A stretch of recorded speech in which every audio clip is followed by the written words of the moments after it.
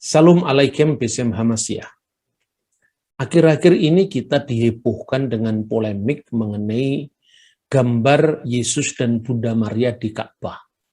Mula-mula dari ceramah Buya Sakur yang mengutip naskah klasik sejarah Islam yang ditulis oleh Al-Azraqi yang berjudul Akbar Makkah, kabar-kabar atau berita-berita tentang Mekah sebagai literatur yang dianggap tertua yang berbicara tentang sejarah Mekah. Dari pihak Islam, khususnya dengan pendekatan polemik, menganggap bahwa kisah tentang ditemukannya gambar Yesus dan Bunda Maria di Mekah ini seolah-olah itu akan memberi ruang atau celah kepada orang Kristen untuk dimanfaatkan untuk membenarkan iman Kristen mereka.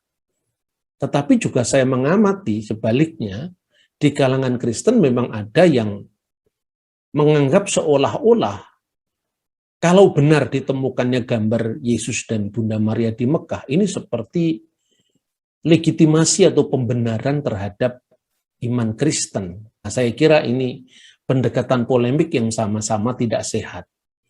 Sehingga kadang-kadang membutakan mata objektif kita di dalam memandang sejarah sebagai sejarah.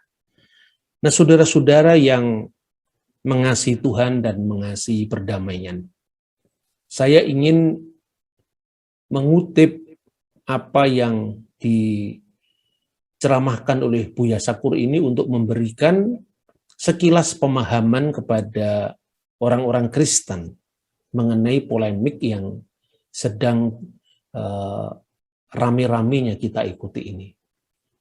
Yang pertama, dalam sejarah Islam, dan itu tercermin dalam teks Al-Quran, yaitu surah An-Nasyr, surah ke-110, itu sangat terkenal sekali, yang diawali dari ungkapan idza ja'a nasrullahi wal fathu ara'aitan nasa yadkhuluna fi dinillahi afwaja. Itu intinya bahwa apabila telah datang pertolongan Allah dan kemenangan, kamu akan melihat orang-orang berbondong-bondong kepada agama Allah dan seterusnya.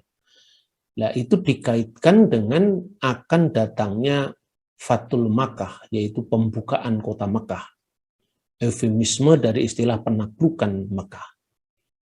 Nah, ketika Nabi Muhammad, Nabi umat Islam ini bersama pasukannya menduduki kota Mekah, dikisahkan oleh Al-Azraqi bahwa ada banyak gambar-gambar atau patung-patung berhala yang kemudian dibersihkan oleh rombongan umat Islam ini, dan di antara banyak gambar-gambar berhala kaum pra-Islam yang dikonotasikan dengan jahiliyah dalam sejarah Islam itu juga dikisahkan adanya gambar Yesus dan ibunya Maria. Lalu dikisahkan di sana wa amara bitomsi tilkas suwari wa wadoa kafaihi ala surate Isa wa umihi wa kola imhu al-jami'ah ila ma takhtayadi. Dan diperintahkan untuk menghapus semua gambar-gambar itu dan diletakkannya telapak tangan Nabi di atas gambar Isa dan ibunya, dan beliau bersabda, hapuslah semuanya ini ilama takhtayati, kecuali yang ada di bawah tanganku. Nah, itulah kira-kira riwayat yang dikutip oleh Buya Sakur yang sempat membuat heboh publik karena seolah-olah itu merupakan pembenaran bagi iman Kristiani. Padahal sebenarnya tidak harus begitu. Ayat-ayat itu apabila dipahami secara polemik dalam pendekatan menang kalah atau benar salah, dalam kaitan dengan klaim masing-masing agama. Di situ kemudian relasi antara kedua pihak yang dikisahkan itu tidak menjadi menarik lagi, tetapi ditarik di dalam ranah pemahaman hitam putih terhadap para pihak yang dikisahkan di sana. Jadi itulah sebabnya saya selalu menghindari pendekatan-pendekatan polemik yang sifatnya menang kalah atau debat yang saling melaknat. Tetapi biarkanlah teks itu berbicara dengan konteksnya, dan silahkan Anda menilai sendiri. Itu sudah cukup. Terlepas dari perbedaan pemahaman tentang siapakah Isa dan ibunya, siapakah Yesus dan Bunda Maria, sejarah Islam sendiri memberi penghargaan terhadap umat Kristen, dan itu tampak dari penamaan salah satu surah dalam Al-Quran, yaitu surah ke-19 yang disebut surah Maryam. Terlepas daripada perbedaan dalam pemahaman mengenai siapa Yesus dan siapa Maria. Begitu juga di dalam ayat-ayat yang muncul secara kronologis pada masa Madinah. Itu di tengah-tengah konflik umat Islam saat itu dengan orang-orang musyrik, yaitu orang-orang politis dan orang Yahudi. Tetapi juga ada penilaian yang lebih bersahabat terhadap umat Nasrani. Wala tajidanna aqrabahum mawaddatan lil ladzina amanu ladzina qalu inna nasyara. Dalika bi anna minhum qisisina wa ruhbana wa annahum la yastakbirun. Dan kamu dapati orang-orang yang paling dekat bersahabat dengan orang-orang beriman, maksudnya di sini konteksnya orang-orang Muslim, adalah mereka yang berkata kami adalah orang-orang Nasrani. Hal itu disebabkan di antara mereka ada para pendeta, para imam, waruhbana dan para rahib, dan mereka la yastakbirun, tidak menyombongkan diri. Sekali lagi, terlepas dari bagaimana kita memahami ayat-ayat ini, dan itu saya kira bukan wilayah saya, tetapi artinya bahwa ada hubungan yang cukup harmonis antara Islam dan Kristen. Maka seharusnya ketika menghadapi perbedaan dalam hal teologi, itu bisa diselesaikan dengan dialog yang saling hormat-menghormati, bahkan dalam kedewasaan mengakui bahkan merayakan perbedaan. Ini saya kira itulah spirit dari Bhinneka Tunggal Ika yang selama ini selalu saya sampaikan. Nah, masalah yang kedua adalah tentang gambar Yesus dan Bunda Maria yang ada di Ka'bah. Selain dalam sejarah Islam, tentu kita bisa membaca sejarah umum. Secara khusus adalah sejarah pra-Islam, khususnya tentang wilayah Arab. Abad keempat ada catatan sejarah dari Epifanius Salamis, Epifanius dari Salamis, yang menulis kira-kira tahun 390-an. Karena Santo Epifanius itu lahir tahun 315 dan meninggal tahun 403. Dalam bukunya yang berjudul Panarion. Panarion itu artinya kotak obat.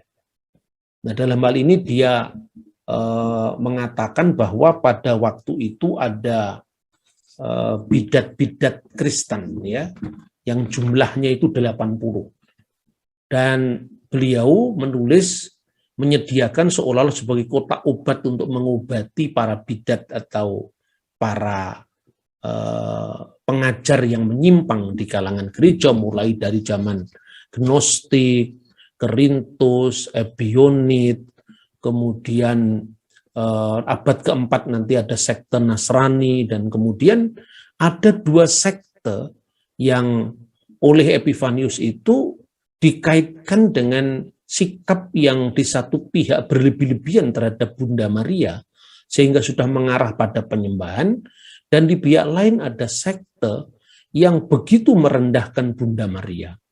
Nah, kata 80 bidat ini oleh Epifanius ditafsirkan secara alegoris sebagai simbol dari 80 selir yang disebutkan dalam kitab Kidung Agung pasal 6 ayat 8. Artinya bidat itu seperti selir, dia mau memiliki sang suami tapi tidak sungguh-sungguh dalam perkawinan yang sah, tidak baik dalam konteks etis. Nah, saudara-saudara, dalam tulisan Epifanius itu disebutkan bidat yang terlalu memuja Maria itu sebagai koliridianisme. Sebaliknya ada aliran sesat yang terlalu merendahkan Maria, itu disebut sebagai antidikomariamitos. Antidikomariamitos itu yang sangat merendahkan Maria. Koliridianisme itu yang sangat meninggikan Maria. Nah, dalam bukunya itu dia disebutkan, pertama-tama dia bicara tentang kata antidikomariamitos. Menurut bidat antidikomariamitos, dia mengatakan begini, bahwa Maria yang suci setelah melahirkan Kristus berhubungan dengan seorang pria, katanya. Etol misan legentin agian Maria metatin to Kristo Genesia Andri. Ya. Kemudian ada yang mengatakan ia berhubungan badan dengan Yusuf. Sunitei pimi de auto to Yusuf. Nah, itu bidat yang pertama. Ini saya sekedar mengutip dari suara atau informasi dari abad keempat. Nah, sementara itu ada kelompok bid'ah, kelompok heretik yang begitu meninggikan Maria. Itu dikisahkan juga di dalam bab yang diberi judul kata koliridianon. Menurut atau ajaran menurut koliridianisme. Dia mengatakan begini, diiguntai gar os tines gunaikas ekeise enti Arabia, ya, ekeise enti Arabia apoton meron tis tragis. Dikisahkan beberapa wanita di Arab memperkenalkan ajaran yang ganjil dari wilayah Trakis atau Trasia. Bagaimana ajaran yang ganjil itu? Nah, ini penting. Mereka mempersembahkan korban berupa roti gulung atas nama sang perawan abadi. Dan semua wanita di sana mengambil bagian dalam upacara ini. Touto tokeno punima eninoksasin os es uno mates e partenu kolirida. Jadi kata kolirida ini yang akhirnya menjadi kata koliridianon atau koliridianisme. Maka apa yang seharusnya disikapi oleh orang Kristen yang sejati mengenai ajaran yang sesat ini? Lalu Epifanius dari Salamis menggambarkan bagaimana orang-orang Arab ini memuja Maria dengan menghias sebuah gerobak dengan berbagai macam bunga. Lalu di atasnya ditaruh gambarnya Maria dan putranya Yesus Kristus. Lalu dia mengkritik ajaran ini, ajaran ganjil, ajaran iblis yang tidak sesuai dengan iman Kristen. Maka ditekankan bahwa otigartheos, Maria itu bukanlah Tuhan, Maria itu bukanlah Allah. He exousa to soma, dan tubuhnya Maria itu tidak berasal dari surga, dia adalah manusia biasa. Begitu ditekankan. Yang berasal dari surga itu sang logos yang dikandungnya. Kalimatullah, firman Allah yang dikandung oleh Maria, yang itu berasal dari surga. Oleh karena itu, stop seluruh penyembahan terhadap Bunda Maria.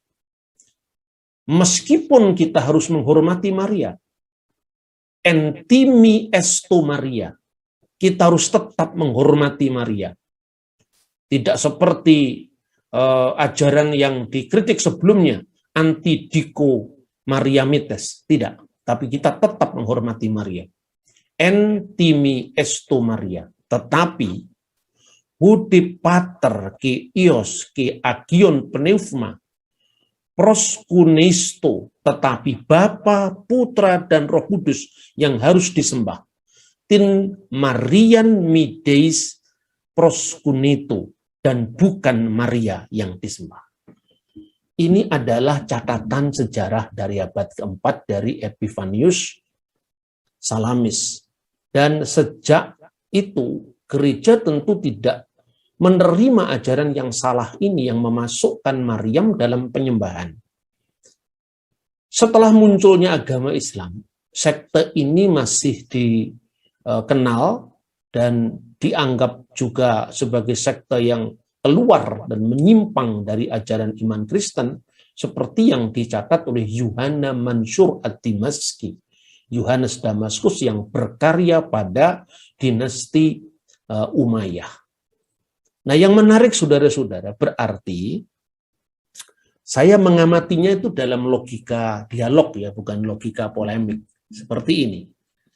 Teman-teman Muslim yang seolah-olah tidak rela, entah itu benar, entah itu salah, saya tidak menilai itu, bahwa adanya gambar Maria yang ada di Ka'bah dan itu disendirikan oleh Nabi umat Islam itu agar tidak dihapus, dan menurut kisah gambar itu masih bertahan sampai kemudian dihancurkan pada masa dinasti Umayyah. Saya kira ada banyak catatan yang kontroversial tentang itu, tapi kita tidak perlu masuk ke sana.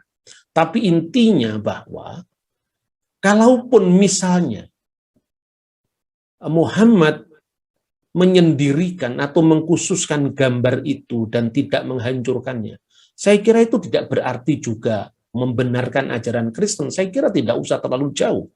Tetapi itu sebagai bentuk respek terhadap agama Kristen. Terlepas daripada kisah itu historis atau tidak. Tetapi kalau saya melihat catatan-catatan gereja, catatan-catatan sejarah tentang bidat-bidat Kristen, dan di situ poliridianisme itu dikutuk sebagai sebuah ajaran yang menyimpang dari iman Kristen, saya kira juga sebaliknya orang Kristen tidak perlu harus menganggap bahwa adanya gambar Maria dan putranya Yesus Kristus itu sebagai semacam pembenaran terhadap iman mereka. Saudara-saudaraku, iman kita tidak tergantung benar atau tidaknya ada gambar Bunda Maria dan Yesus di Ka'bah. Saya kira itu hanya sebuah referensi saja, tapi tidak menjadi dasar dari iman Kristiani. Bahkan kalau kita mengutip dari tulisan Epifanius dari Salamis tadi, justru kemungkinan besar itu adalah sisa-sisa penyembahan pagan yang juga turut dilakukan oleh orang Kristen bersama orang-orang politis yang lain di Mekah. Jadi ada nuansa polemik yang menurut saya tidak perlu harus terlalu diikuti sehingga kita terjebak dalam arus polemik ini. Misalnya, ketika teman-teman polemikus Muslim mencoba untuk menyangkal mengenai adanya gambar Maria dan Yesus yang kemudian oleh Nabi diberikan sikap yang khusus dibanding dengan berhala-berhala jahiliyah yang lain. Itu disangkal dengan misalnya mengutip karya Ibnu Hisham, Sirah Nabawiyah li Ibnu Hisham, yang itu merupakan kompilasi dari penulis sebelumnya, yaitu Ibnu Ishaq yang berasal di abad ke-8. Di sana tidak ada gambarnya Maria, di sana tidak ada ikonnya Yesus dan Maria katanya. Yang ada cuma 360 patung berhala yang dihancurkan oleh Muhammad misalnya. Tetapi kalau logika seperti ini diikuti, berarti segala macam bentuk penyembahan terhadap anak-anak Tuhan yang dikenal dengan Banatullah atau putri-putri Allah, tentu itu tidak menyangkut kepada iman Kristen, tetapi itu menyangkut kepada Allata, Usha, dan Manat sebagai putri-putri Allah. Nah, dengan demikian, penyangkalan terhadap tidak adanya jejak kekristenan di Ka'bah berarti ya lam yalid walam yulad walam yakul lahu kufuwan ahad, tidak berlaku untuk iman Kristen. Karena memang itu bukan ajaran Kristen. Ajaran Kristen tidak ada yang mengajarkan bahwa Allah itu beranak dan diperanakkan seperti yang diajarkan oleh kaum jahili di Mekah. Seperti itu. Nah, sebaliknya ini juga kritik saya terhadap teman-teman Kristen yang seolah-olah memblow up berita ini atau menjadikan berita ini seolah-olah sebagai pembenaran. Itu loh. Nabi umat Islam sendiri mengakui ada gambar Maria dan ada Yesus di Ka'bah. Nah, saya kira ini polemik yang menurut saya tidak sehat. Nah, justru yang lebih menarik apabila kalau gambar Maria dan Yesus itu ada di Mekah, itu berarti memang ya kelompok-kelompok yang itu dikritik oleh Al-Quran sendiri. Misalnya, saya pernah mengutip tafsir Al-Qasimi, seorang penulis tafsir Quran pada awal abad 20. Dalam tafsir Al-Qasimi itu disebutkan bahwa sesungguhnya kritik pada semacam ajaran Kristen itu sesungguhnya bukan ajaran Kristen. Katakanlah itu bukan trinitas, tetapi itu adalah triteisme, termasuk ayat yang dikutip dari surat An-Nisa 171. Wala taqulu thalatha. Jangan kamu mengatakan Tuhan itu tiga, kata Al-Qasimi. Ini merujuk kepada sekte Maryamiyun yang mengatakan bahwa Allah, Isa, dan ibunya dipuja sebagai tiga serangkai Tuhan. Dan itu dikaitkan dengan surah Al-Ma'idah ayat 116. Di mana Isa ditanya, a anta qulta linnasit takhiduni wa ummiya ilahaini min dunillah. Apakah kamu berkata kepada manusia, kata Allah kepada Isa, jadikanlah saya Isa dan ibu saya Maryam ilahaini, menjadi dua ilah min dunillah, di samping Allah. Dan Isa menjawab, qul subhanaka, tidak, dan seterusnya. Artinya apa? Artinya bahwa kata Al-Qasimi ini bukan ajaran Kristen tentang Bapa, Putra, dan Roh Kudus.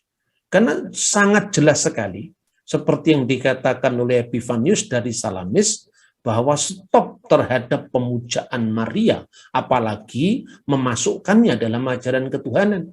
Maka dikatakan, entimi estu Maria, kita tetap menghormati Maria. Tetapi hode pater, ke ios ke agion pneuma proskunesto, hanya Bapa, Putra, dan Roh Kudus yang disembah. Dan Bapa, Putra, dan Roh Kudus itu tentu bukan tiga Tuhan yang terpisah. Saya berkali-kali mengatakan bicara tentang misteri Tritunggal itu adalah bicara tentang misteri di luar konteks ruang, konteks waktu, bilangan, penjumlahan, pengurangan.